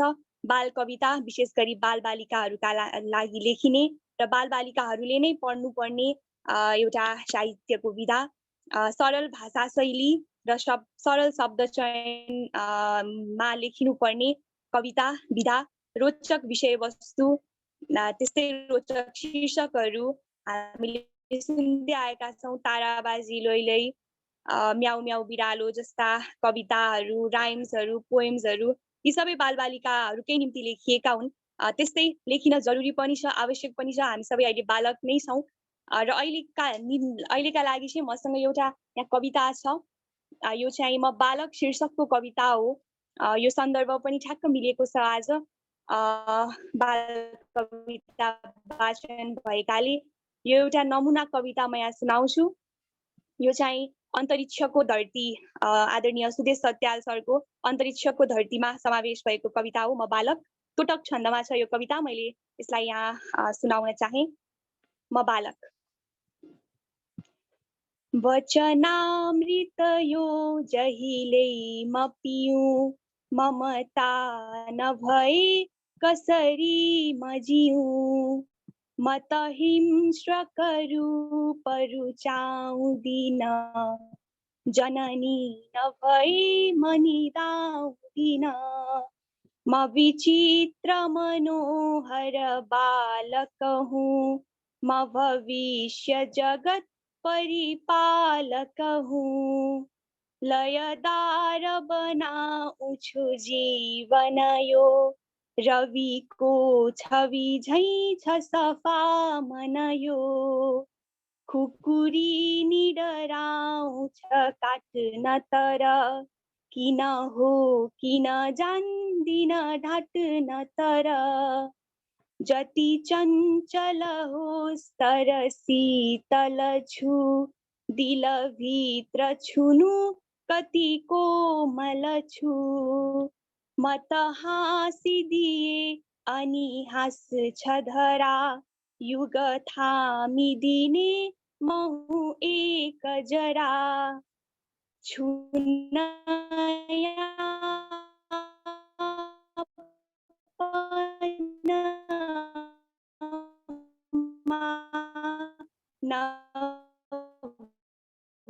फूलसरी फुट्दछु नै सब थोक भुली पल बिछ सधैँ ढकमक फुली मचराहु भनुन् बरु माथि उड छुम पल्लव झैँ कहिल्यै नचुड कहिले मरिसाउँछु छोइदिए पुगिहाल्दछ है म त रोइदिए अब बुझ्छु अवश्य व्यथा भवको रसिलो भरिलो म कथा सबको मुख हैन नि बोल्दछ झैँ हृदय महु निर्झरिणी सुरिलो छलय दिलभित्र कुरा म जमाउँदिन म त बन्धनभित्र रमाउँदिन कति छन् मनमा रहर क्षणमै बल दिन्छ उमेर तर रथ हाँक्नु छ परे म त चालक हुँ म त वृद्ध भए पनि बालक हुँ म त वृद्ध भए पनि बालक हुँ। हस् धन्यवाद। यो चाहिँ अन्तरिक्षको धरतीबाट म बालक शीर्षकको कविता तोटक छन्दमा रचिएको। यो चाहिँ एउटा नमुना कविता मैले यहाँ पस्केँ, सन्दर्भ पनि मिलेको थियो। त्यसै गरी आजको यो विशेष कार्यक्रम, यो सुन्दर कार्यक्रममा आदरणीय अतिथिज्यूहरूले आफ्ना सुन्दर मिठा रचनाहरू हामीलाई सुनाउनु भयो। सुन्ने हाम्रो अवसर, हाम्रो अहोभाग्य मिलेको छ हामीलाई र सुनेर केही जान्ने सिक्ने अवसर मिलेको छ। यसका निम्ति आदरणीय सम्पूर्ण उपस्थित अतिथिज्यूहरूमा हाम्रो निम्तोलाई सहर्ष स्वीकार गरेर पाल्नुभयो। आफ्ना मिठा मिठा 3वटा रचनाहरू वाचन गरेर सुनाउनु भयो। धेरै धेरै आभार व्यक्त गर्न चाहन्छौँ। धन्यवाद। र आगामी दिनहरूमा पनि सर म्यामहरूको हौसला, यस्ता प्रेरणादायी भनाइहरू हामीलाई सदैव खाँचो परिरहन्छ। यसको हामी सदैव अपेक्षा गरिरहन्छौँ र यसै गरी अघि बढ्ने हौसला हामीलाई दिइरहनुहोला भन्न चाहन्छु। र हामी आज र भोलि 2 दिन बाल कविता वाचन एवं विमर्शमा जुट्नेछौँ र आजका निम्ति यो कार्यक्रम मैले यहीँ सकिएको जानकारी गराएँ र भोलि पनि फेरि यही समयमा हामी बाल कविता वाचनमै जोडिनेछौँ भन्दै आजका निम्ति यो अमूल्य समयका लागि सम्पूर्णमा विशेष आभार व्यक्त गर्दै मैले आजको सुन्दर कार्यक्रम यही विसर्जन भएको जानकारी गराउँछु। हस्, धन्यवाद, नमस्कार, शुभरात्रि सम्पूर्णमा।